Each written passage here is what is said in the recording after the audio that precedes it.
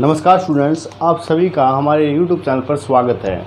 हमने फिजिक्स में जो टॉपिक किए थे अभी तक वो थोड़ा मैं रिमाइंड करवा देता हूँ कि हमने कल मेथड ऑफ चार्जिंग सीखा था, जिसमें डायरेक्ट मेथड था और इनडायरेक्ट मेथड था। उसके बाद मैंने बताया था किसी बॉडी पर अगर आपको ये चेक करना हो कि वो बॉडी चार्ज है या कौन सा चार्ज है उस पर, तो उसके लिए एक इलेक्ट्रोस्कोप यूज़ करते हैं जिसे कहते हैं गोल्ड लीफ इलेक्ट्रोस्कोप। तो वही हम आज पढ़ेंगे कि गोल्ड लीफ इलेक्ट्रोस्कोप क्या होता है।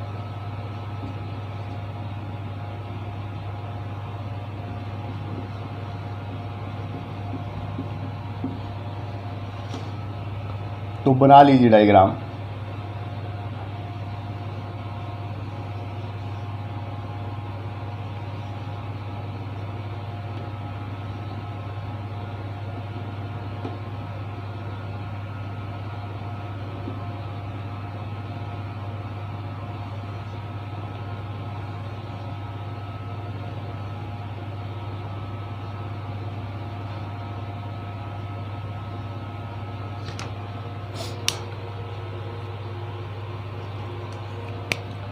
सिंपल डायग्राम है। ये है आपकी गोल्ड लीफ और ये आपका ग्लास जार है। ये आपकी चार्जिंग नॉब है, ठीक है, चार्जिंग नॉब। ये गोल्ड लीफ पत्तियां हैं दो गोल्ड की। इसकी जगह हम एल्युमिनियम भी ले सकते हैं, हमें सिर्फ चार्ज डिटेक्ट करना है। अब देखिए, अगर मैं इसके पास एक कंडक्टिंग रोड लेके आऊं या एक ग्लास की रोड लेकर आता हूं मैं, जो कि पॉजिटिवली चार्ज है, ठीक है, तो इसको मैं इस नॉब के साथ टच कर देता हूं, ठीक है। तो क्या होगा, पॉजिटिव चार्ज यहां से इस कंडक्टिंग रोड पर, रोड कंडक्टिंग है क्योंकि हमें मूवमेंट करवानी है चार्ज की, तो चार्ज से कंडक्ट होकर यहां से चार्ज आ जाएगा पॉजिटिव, ठीक है। और ये जो है लीफ, दोनों पे पॉजिटिव चार्ज होने के कारण रिपल्सन फोर्स आ जाएगा, तो यहाँ पर ये दोनों आपस में खुल जाएगी, ठीक है। तो इसका मतलब कि ये रोड जो थी वो चार्ज थी।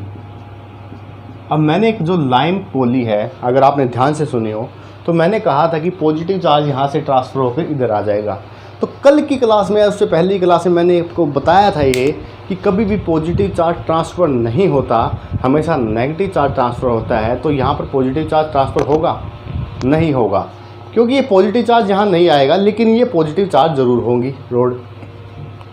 कैसे पॉजिटिव चार्ज होगी, हमें समझना है। इसमें सबसे मेन जो काम है, देखिए, जब हम इसके टच में इसको लेकर आए तो पॉजिटिव चार्ज कभी भी ट्रांसफ़र नहीं होता, लेकिन जो ये न्यूट्रल थी, ये पहले बॉडी जो कंडक्टिंग रोड थी न्यूट्रल थी, तो इसके अंदर जो नेगेटिव चार्ज था और पॉजिटिव चार्ज था बराबर थे। जब कोई बॉडी न्यूट्रल होती है तो उसमें नेगेटिव चार्ज और पॉजिटिव चार्ज बराबर होते हैं। तो जब वो इसके टच में आई पॉजिटिव चार्ज की रोड, तो इलेक्ट्रॉन ने क्या किया, इस रोड की तरफ जाना स्टार्ट किया, इस चार्ज रोड की तरफ, ग्लास रोड की तरफ। तो यहाँ से इलेक्ट्रॉन इसके ऊपर ट्रांसफ़र हो गए, इलेक्ट्रॉन ही ट्रांसफ़र होंगे इस केस में भी। तो इलेक्ट्रॉन ट्रांसफ़र होने से क्या हुआ, इस रोड के ऊपर एक्सेस ऑफ प्रोटॉन हो गया, मतलब पॉजिटिव चार्ज की एक्सेस होगी। तो ये टोटली रोड जो है वो क्या बन गई, पॉजिटिव चार्ज रोड।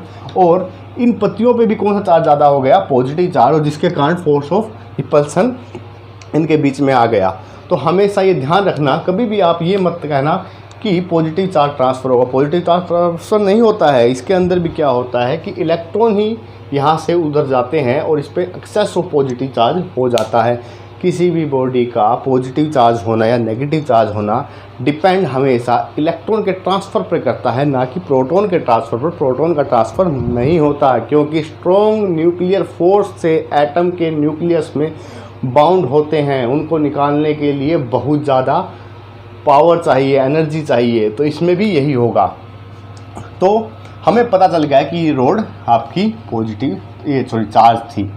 अब हमें पता करना है कि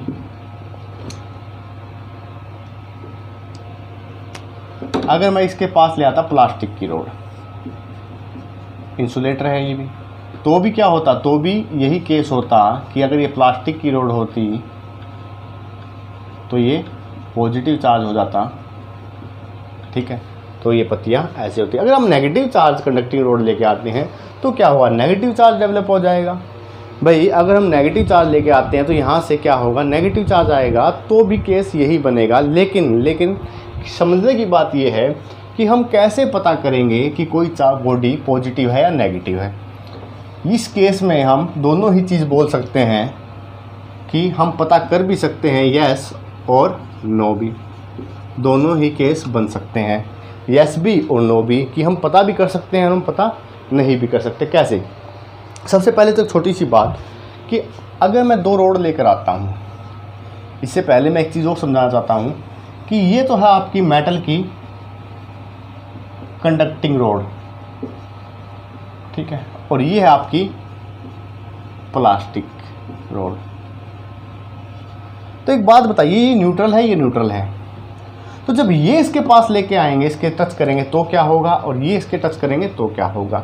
देखिए अभी ये न्यूट्रल है, अब ये चार्ज हो गई, इसके पास हम इसको न्यूट्रल को लेकर आए, ठीक है। अब क्या करोगे, जब आप इसको इससे अटैच करोगे तो इसका जो नेगेटिव चार्ज, ये पॉजिटिव चार्ज है कंप्लीटली, इसका नेगेटिव चार्ज इसकी तरफ खींचेगा, ठीक है, पॉजिटिव चार्ज इधर रहेगा, तो यहाँ से इसका नेगेटिव चार्ज इस पर ट्रांसफ़र हो जाएगा। ये तो थी मेटल रोड की बात। लेकिन जब प्लास्टिक की रोड लेकर आएंगे जो चार्ज नहीं है, इंसुलेटर जो चार्ज नहीं है, तो क्या होगा, तो कुछ नहीं होगा, क्योंकि यहाँ से इलेक्ट्रॉन निकालने बहुत मुश्किल है। मैंने बताया था कि इंसुलेटर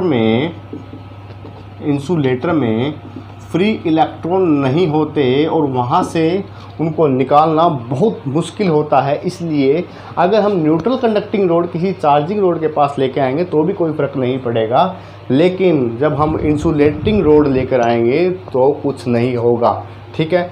अब आइए समझते हैं कि पता कैसे चलेगा कि कोई रोड चार्ज, इसका पता कर भी सकते हैं और नहीं भी कर सकते कुछ केसों में। जैसे कि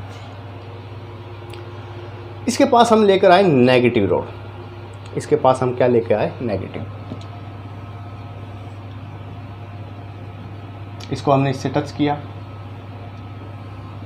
नेगेटिव रोड को टच करने के बाद क्या होगा, टच करने के बाद एक चीज़ अगर आपको ध्यान में है कि नेगेटिव चार्ज ही ट्रांसफ़र होता है, तो आप अपने कंसेप्ट को आसानी से समझ जाओगे। नेगेटिव चार्ज आया इधर, नेगेटिव चार्ज ने इसके पॉजिटिव चार्ज को ख़त्म कर दिया, या जो डेफिशिएंसी थी, जो डेफिसिट थी इलेक्ट्रॉन की, वो पूरी कर दी, यहाँ से इलेक्ट्रॉन ट्रांसफ़र हो गया। तो अब ये वो रोड क्या हो गई,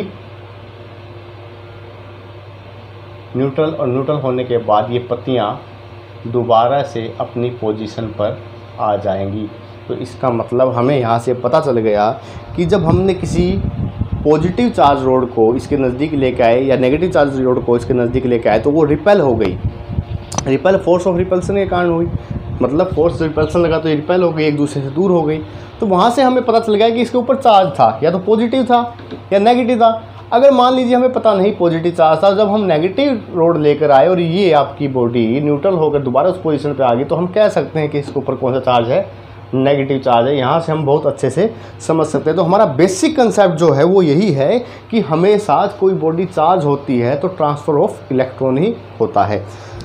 अब इस चार्ज ने, ये तो था आपका गोल्डलीफ इलेक्ट्रोस्कोप, इस चार्ज ने अपने लिए एक रूल बनाया। इसने कहा कि कोई भी चार्ज को ऐसे नहीं दे सकता, उसकी एक स्पेशल कंडीशन होगी जिसे बोल दिया जाता है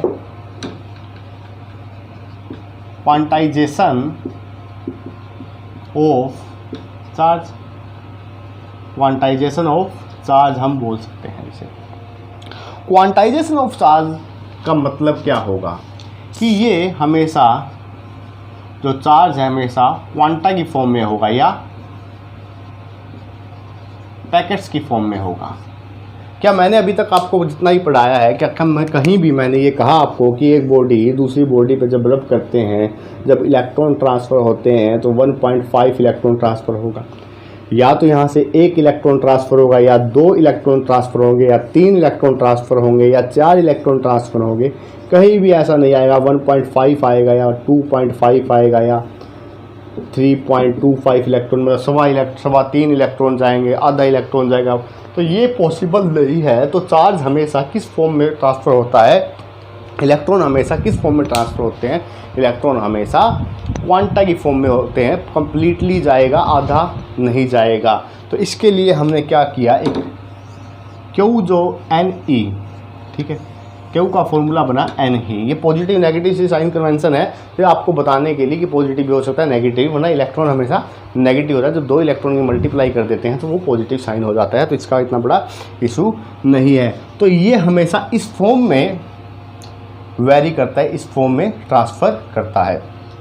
अब अगर आपसे पूछ लिया जाए कि किसी बॉडी पर चार्ज इतना है, इलेक्ट्रॉन का आपको पता है चार्ज कितना होता है, तो आपसे पूछे कितने इलेक्ट्रॉन, तो आप यहाँ से इलेक्ट्रॉन की संख्या निकाल सकते हो, N = Q/E, बड़े आराम से। और आप ये भी पता कर सकते हो क्या ये चार्ज पॉसिबल है। अगर ये क्वांटा की फॉर्म में जाएगा, अगर चार्ज क्वांटा की फॉर्म में जाएगा तो इसका मतलब क्यों तभी पॉसिबल होगा जब हमारे इलेक्ट्रॉन 1 2 3 4 5 6 7 इस फॉर्म में आएंगे। तो N का मान क्या होगा, 1 2 3 4 अप टू N तक, कभी भी 1.5 2.5 नहीं आएगा। चलिए इस पे एक क्वेश्चन करते हैं कि न्यूमेरिकल कैसे बन सकते हैं। आपको find number of electron on a body which having charge 6 point, Q का मान है 6.4 × 10⁻⁻17 कूलम। कूलम जो होती है चार्ज की यूनिट होती है, ये हम करेंगे डिस्कस। कूलम का मतलब क्या है, चार्ज की यूनिट कूलम क्यों बनी है, क्यू = IT कैसे होता है और कैसे हम उसमें अप्लाई करेंगे। तो इसका मतलब क्या है कि आपको बताना है N का मान, N की वैल्यू बतानी है। E की वैल्यू आपको पता है कितनी होती है, 1.6 × 10⁻⁻19, ये आपकी E के वैल्यू होती है। तो यहाँ से N का जो फॉर्मूला बनाया था वो था Q/E। तो Q कितना है, 6.4 × 10⁻⁻17, और E का मान कितना आ जाएगा, 1.6 × 10⁻⁻19। अगर आप इसे डिवाइड करोगे तो ये वैल्यू आ जाएगी 400। तो यहाँ पर देखिए कि पूरी की पूरी वैल्यू आई है कि इस बॉडी पर कितने इलेक्ट्रॉन ट्रांसफ़र हुए हैं, जिससे ये आपकी 6.4 × 10⁻⁻17 कूलम चार्ज गेन किए हुए हैं। तो कितने इलेक्ट्रॉन ट्रांसफ़र हुए, 400 इलेक्ट्रॉन इस पर ट्रांसफ़र हुए हैं। तो इस फॉर्मूले से हम बड़े आराम से निकाल लेंगे। अगला क्वेश्चन देखिए,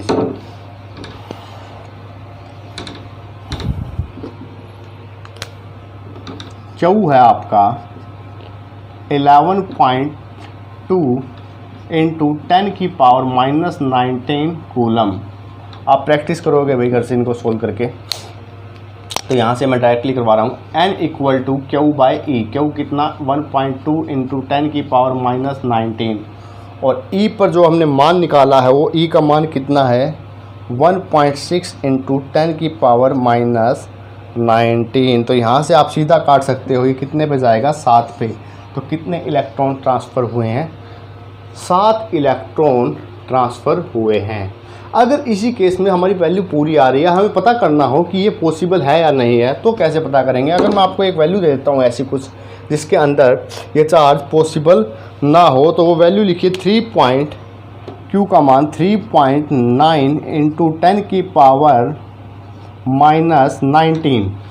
तो N का मान जब आप निकालोगे यहाँ से 3.9 × 10⁻⁻19 अपॉन 1.6 × 10⁻⁻19, ठीक है, इसको 18 कर लीजिए, 18, ठीक है। तो यहाँ से जब हम इसको काटेंगे, ये क्या इधर, ये बनेगा 24.4। तो क्या ये पॉसिबल है, ये पॉसिबल नहीं है, क्योंकि कभी भी मैंने बताया कि जो इलेक्ट्रॉन होते हैं वो क्वांटा की फॉर्म में जाते हैं, ठीक है। नेक्स्ट देखिए,